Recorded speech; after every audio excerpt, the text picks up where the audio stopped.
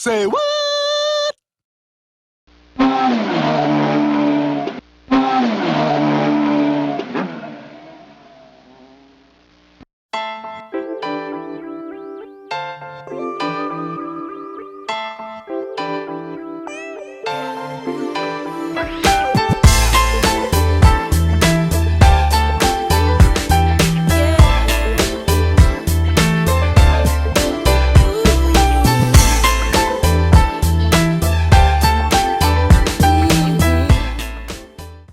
Okay, obstacle number one.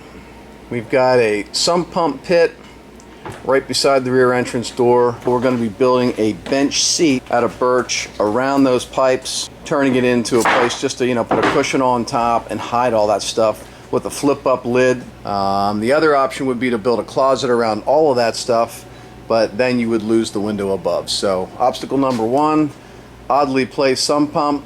We're going to build a bench around it.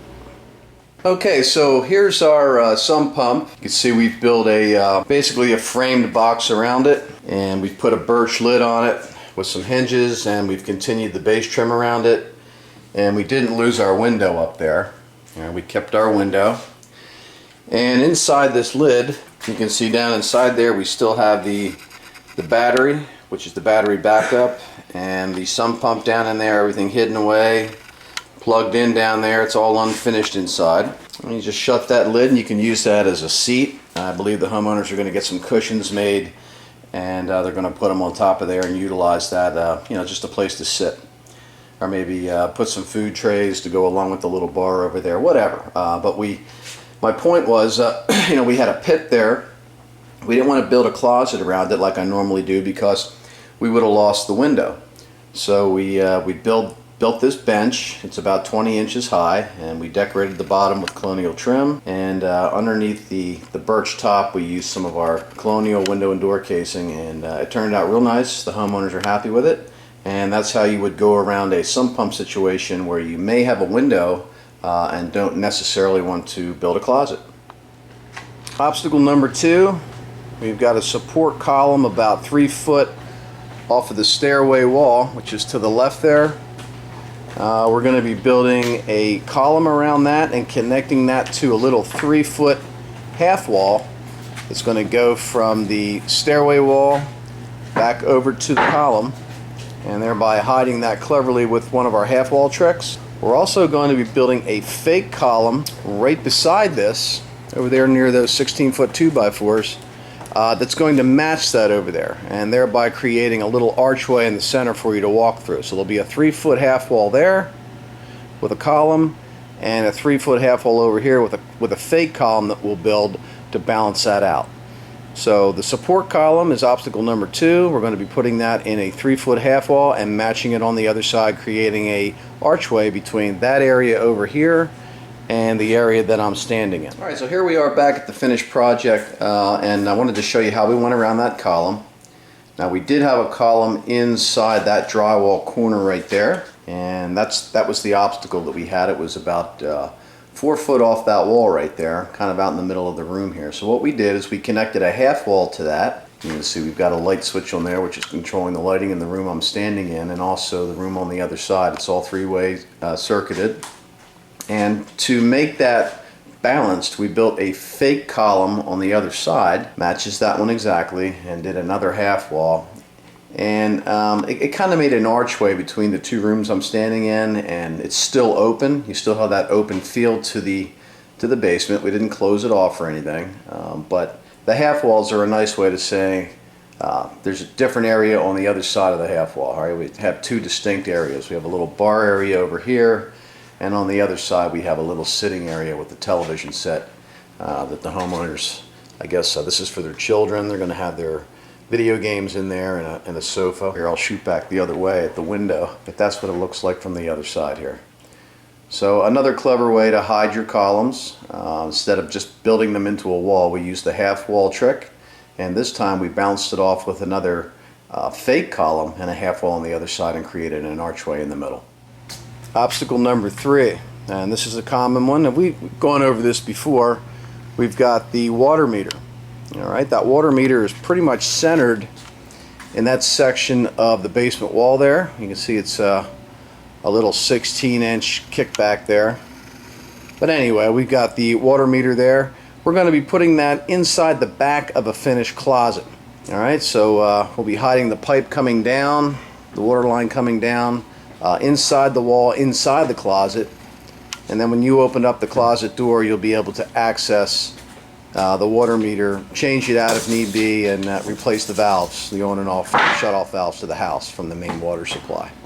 So that's obstacle number 3, main water shut-off in a closet. Alright, so the water meter is inside these double closets. Nothing real fancy here. We built a toy closet with a double set of doors going in here. This is about a 12-foot closet, and it opens up on both sides. These closet doors actually connect inside. And if you look underneath the bottom shelf, you can still see our water meter plain as day there. Now you could put maybe a wood panel over that if you didn't want to see it, and put 2 screws in it just to hold it. We're just going to keep it open so the homeowner can get to it quickly if they ever have to get to the shutoff real quick. They don't have to take a panel off. We also had an outside spigot shutoff in this closet, and you can see up there is one of those 9x9 plumber access panels made out of PVC. If you would take that off, and they're just spring loaded, they pop right off, you would find the shutoff to the spigot that goes to the outside hose bib. But again, we put the water meter inside a big set of double doors here. They're actually 2 4-foot double doors that lead to a closet, and we just hid all that water meter and shut-off valve stuff right inside the closet. And we do that a lot. I mean, closets are probably our favorite way of hiding a lot of obstacles in the basement. It's just, it makes sense to put them in the back of a closet if you can. And there we have the 2 4-foot double doors.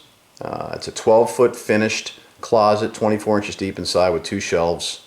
And that's how we hid the meter away in this particular project. Just another idea for your water meter placement. Obstacle number 4 is the panel box. Alright, and we're going to be doing our traditional panel box inside a finished closet door to hide that. You can see that panel box is just hanging right off the wall. It sticks off the concrete wall about 5.5 inches.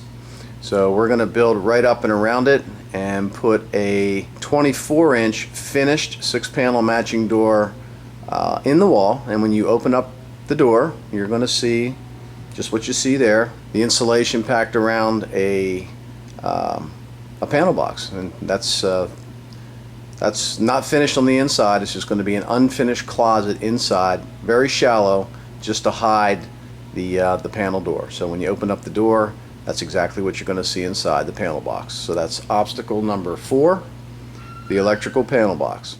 Alright, so here we are back. We're looking at where the panel box used to be. You can see we just have a standard 6-panel door here. You know, the old bronzed lever handles on these doors. Inside here we have the exact same thing we had when we started. We have the panel box fastened to the concrete masonry wall. It's still unfinished inside, but instead of building a little hatch to open up with maybe a little magnetic catch or framing around it, we like to put them in full doors. It's a better look. It looks more finished, more polished, and it also gives you more room in the future if you want to go in there and work on your panel box, as opposed to building right around the panel box, maybe hanging a picture over it to hide it, or like I said, putting like a little booby hatch, we call them, building a little hatch around it, maybe with a little set of hinges or something like that. It looks kind of amateurish, and by putting the door on here, you know, you keep the flow of the house going, keep the trim package going the same, and nobody knows what's inside there except you. But it goes with the rest of the decor in the basement. And that's our favorite way of hiding the panel box, inside a matching door. You may not have 6-panel doors in your home, but we like to match the doors exactly in the home. So in this case, we hid it behind a 6-panel colonial door. Okay, obstacle number 5, we've got the homeowner's central air conditioning and heating system. We are looking at the serviceable side of that unit, so it has to be gotten to later. So what we're going to be doing is we're going to be keeping that unit in storage wall so that when we open the door we can access the unit, service it, change the filter, keep it accessible at all times while maximizing the living space that we're going to be building in front of it, the wall that we're going to build in front of it. So HVAC unit, obstacle number 5, build the wall right up against it and put a finished 6-panel finished door that will open up so that we can access it. Alright, so let's take a walk back here now. If you recall, the furnace was right over in that area, right over there where you see that air conditioning return grate on top of the wall there. That's actually one of our returns. And we just built the wall in front of the unit. We can go in here and take a look. And as you can see, our furnace is still sitting in the exact same spot, but it's on the other side of our finished wall.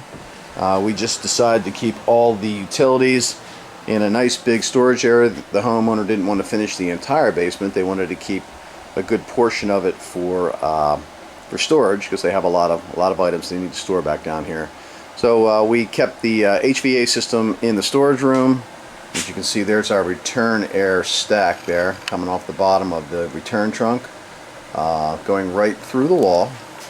And on the other side of the wall there, you'll see we've got our return grate that's pulling all the air back out of the basement to the furnace to be filtered. So another way to hide your furnace is just put it in the storage room. Obstacle number 6, the stairway coming down is a turning stairway. We wanted to open this up at the bottom on both sides up to the 5th step. So what we're going to do is we're going to be removing 5 steps worth of that wall, and I'm going to walk right around the other side of the stairway here. There's our steps. There's our wall 1, wall 2, right over to the other side. We're going to be removing 5 steps worth of that existing framing, and a lot of staircases that come down will be finished right to the bottom on both sides like this, creating that kind of claustrophobic hallway effect coming down. So we're going to open that up to the 5th step on both sides and put a traditional newel post and banister railing system on both sides. And when that's finished, we'll be looking straight through the stairway here down to the bathroom door, which will be on the other side. And that's going to open that stairway up real nice and create a more open feeling to the basement staircase, more like what's on the first floor of the house, getting away from that hallway effect. So obstacle number 6, opening up of a double-sided stairway with a newel post banister system on both sides. Okay, this is probably one of my favorite parts of the job. This turned out real nice, but I definitely wanted to show you how we opened up our stairway wall here to the 5th step and did our traditional colonial handrail with the newel posts. And you can see we got the rosettes up on top receiving the handrail and the newel posts at the bottom receiving the rail. And in between, we did the really nice wrought iron spindles, which basically gets installed the exact same way that I install my wood spindles. There's a couple little twists to it, and I will have another video coming out here to show you how to install these wrought iron spindles. But I wanted to show you how nice this turned out. That is a real nice look. The wrought iron spindles really bring out the color in the oil bronze hinges and the oil bronze doorknobs. Just goes with the motif down here. A real nice look. But that's how you would open up your stairway to the 5th step. And I have a video over at basementfinishingvideos.com that shows you exactly how to do a double banister system. The only difference in that video series is you'll be working with wood spindles instead of the wrought iron ones. But I think that's a real nice look, and it definitely takes away from the basement look. That really sets off this basement, makes it really unique. You can take a look up the stairs here. It's all finished. And at the top, of course, we have our signature full light door at the top. And the matching handrail with the matching oil bronze handrail brackets. Continuing that oil bronze theme the whole way down. There you have your standard basement stairway that was more or less a hallway when I got here. We knocked out the walls all the way up to the 5th step. And I show you how we do that in another video as well. And then once we get it opened up to the 5th step, we drywall it, corner beat it, and then we cap it. You can see the cap on the bottom that receives the bottom of the spindles. And we add the newel post and the handrail on both sides, everything matching. There you go. There's your stairway opened up to the 5th step, double banisters with oiled bronze spindles. A really, really nice look. Obstacle number 7 is overhead. We've got a big 3-inch sewer line going across the basement the whole way across, and right behind it we've got 2 sections of duct trunk, which is the feed system and the return system coming right out of the furnace down the end there. Now that's about 10 inches lower than the floor joists that are up above. Okay, so we can have a high ceiling up here right to the bottom of those floor joists, but when we get over to this pipe and that duct work, we're going to have to drop down about 10 inches and hide it all. So we're going to be putting all that ugliness in the ceiling scape, as we call it, inside a finished drywall soffit, which will just hide it all completely in one smooth lower ceiling that will run from the furnace all the way down to the exterior wall down there.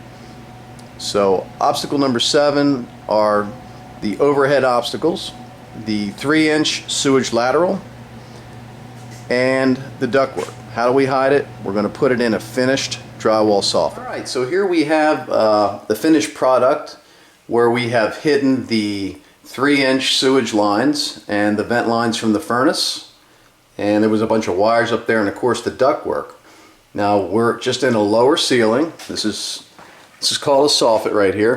All right, and everything from here up to here is the old mechanicals that we were looking to hide. We just went down and right underneath all of that. All right, and neatly hid them away in a soffit.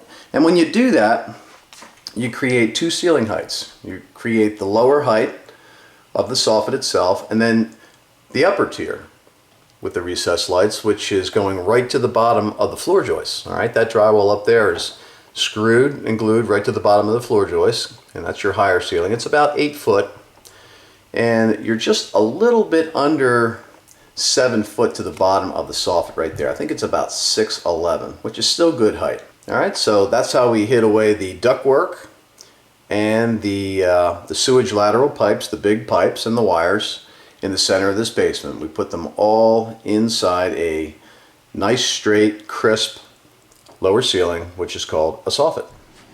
Okay, obstacle number 8 is really not an obstacle, but it's something that we have to work around. We have a 36-inch exterior door going outside and up a concrete set of steps into the backyard. We're going to frame right around that door. We're going to build wooden extension jambs to the thickness of our new 2x4 wall, and then we're going to picture frame that door opening with matching colonial casing. So it'll look like any other door upstairs on the first floor of the house that's exiting to the outside of the house. We're going to trim it out again with wooden extension jambs and 2¼ inch colonial casing, and make it look like the rest of the doors in the home. Obstacle number 8, the exterior door entrance. Okay, so here's the exterior door that we had in the beginning of the video. You can see how we ran the base trim right up to new window and door casing that we put around the door. Alright, it looks like any other door in the house now that it's trimmed out. I know that glare, it's tough to see. Alright, so you get really deep pockets when you finish not only basement doors but basement windows, because you're building a 2x4 wall which takes up about this much space, and then you've got the block wall. Okay, so by the time you're done here, you have almost a foot thick. You can see, from here all the way out to the outside is about a foot thick. So you create really, really deep window and door jambs when you do this. But I like it. I think it looks really nice when it's done. Looks real beefy. So we have a pine jamb right here. This is pine, and we have our 2¼ inch window and door casing. And down at the bottom, we've got our in this case 3½ inch colonial base trim running right into the side of the the window and door casing. The window and door casing is receiving the base trim. All right, and there's how you would finish off an exterior entrance door if you have one in your basement. Not everybody's lucky enough to have a walkout basement, but that's how that project turned out. And if we pan our camera up there into that window, you can see what I was talking about with the window up there. That window jamb that we built up there is almost 1 foot thick, right, 1 foot deep. And we just built that out of birch as well, painted it with the white trim paint. And that gives you those real deep window wells for your hopper style windows, which is what most people have in their basement, the little hopper windows. But instead of returning the drywall back in there and putting corner bead around the window, I like to finish them off in pine or birch boxes, jam boxes, and then picture frame them with the same colonial window and door casing that we put around our doors. All right, so there's our exterior door finish in this basement. I think it turned out really, really nice. Okay, obstacle number 9. We're over here in the bathroom area. We've got a piece of plywood covering about a 16 by 16 hole in the concrete floor where the plumbing for a future tub lies. We've got a 3-inch pipe coming up out of the floor, which will be for the new toilet location. We've got a 2-inch pipe coming up out of the floor, which is going to be the drain line for the new vanity that's going to be in the bathroom. The other hole in the back there, the round hole with the 3 little holes in top, is the sewage ejector, which is in the floor. All these pipes, the toilet pipe, the sink pipe, and the pipes that are underneath that plywood are all interconnected and ending up inside that sewage ejector pit.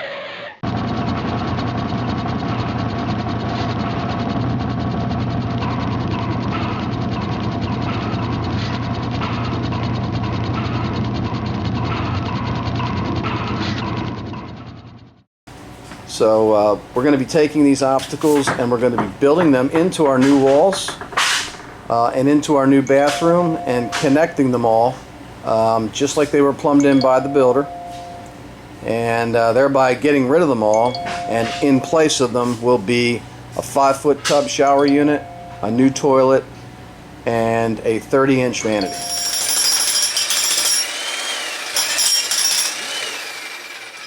This is something a lot of people are running into. The pipes from the builder were sticking up through the floor for the toilet and the sink, but the shower pipe, the tub pipe, needs to be relocated. It doesn't always work out perfect, does it? No.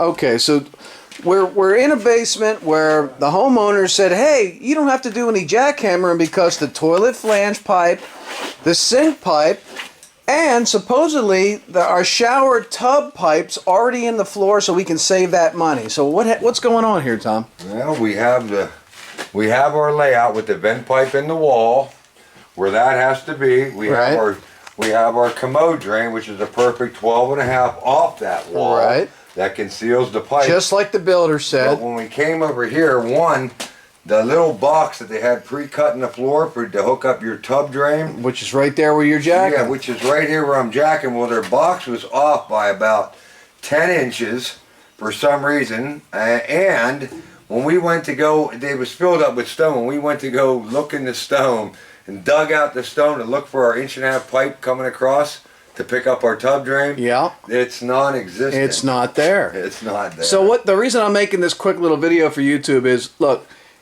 even though your builder tells you the plumbing for our future bathroom is already in our basement floor for you guys, it doesn't mean that you're not going to have to rent our best friend in the whole world, Jackie Chan. Yeah, they even had the sewer ejector built into the floor before we got here. And your sewage ejector, which is another component in basement bathrooms, was already in the floor. And one would think, if the sewage ejector is already pre-existing, and the sink drain, and the toilet drain, and even up in the ceiling here, they had a pre-existing vent line going up through the roof. Everything the builder bragged about for pre-sale. And we thought, well, we're golden. We got a tub drain right there underneath a piece of plywood that was covering it in the floor. Yeah. It doesn't always work out. The only thing that we can think of is the plumber had a bad day and said to hell with it. It could have been. Or somebody along the line opted to put in a half a bath. Right. And when they already were getting ready to put in the full bath, And they they- said, "Oh, it's just a half a bath," and then they did away with the shower. and they did away And with the didn't tell shower, a soul. If you guys are looking to put a bathroom in your basement and the builder says all the plumbing's there, it doesn't mean it's 100% ironclad that it's going to work out perfectly. You might have to rent a floor buster like Tom's got there, lay it out correctly, and it doesn't always work. And there is a solution for it. All the parts that you need to buy are at Home Depot. And when we get this opened up, we'll show you how we're going to connect this tub to the existing in the concrete floor plumbing when Tom gets this busted open. So I'll let Tom get back to Jack in here. All right, bye. Bye.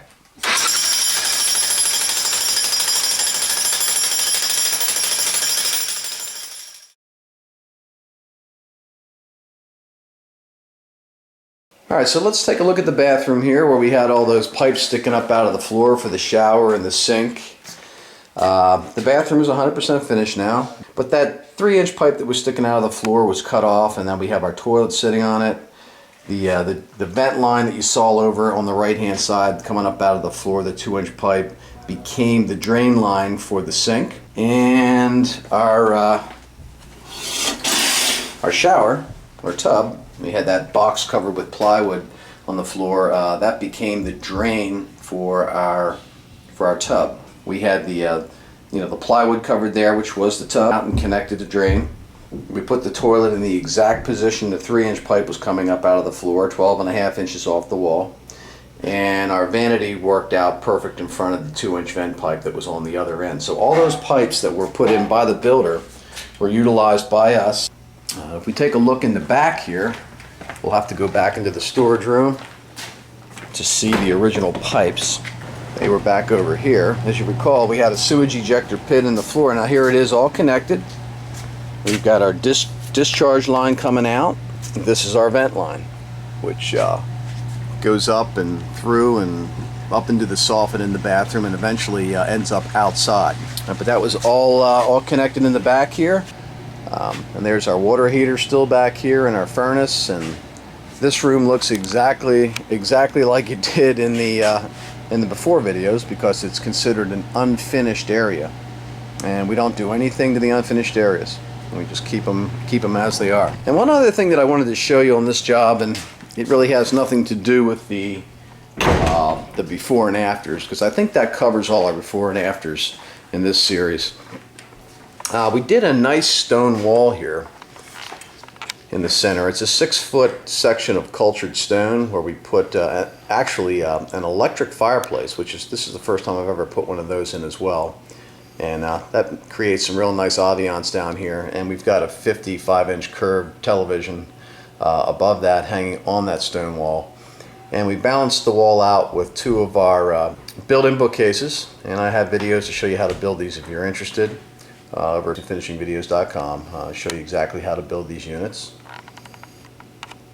And we also pre-wired for surround sound. You can see he's got front channel speakers up there, and he's got a center channel speaker over there in the bookcase. And behind us here, we do have the rear speakers as well. But I thought that wall turned out real nice. It had some unique features to it. Nothing real fancy. We just built our false walls and stuck our bookcases into the false space and recessed our fireplace in there as well. So that turned out real nice. And if we dim the lights down, that fireplace is actually pretty cool. Now that's an electric fireplace. It runs on just a regular 110 outlet. You plug it in and it gives you that fire look. Actually, it's just like it's actually a video of fire with some effect lights and stuff. But it does heat. It does have a fan unit in it, and it does blow really warm air into the room, and it's a great backup heat system for those cold winter days. That wall turned out really nice, and I wanted to show you that. Maybe you're looking for some ideas for a TV wall. But there you go. There's a nice home entertainment wall, fireplace in the center, high def TV above, balanced out with 2 5-foot high by 30-inch wide bookcases.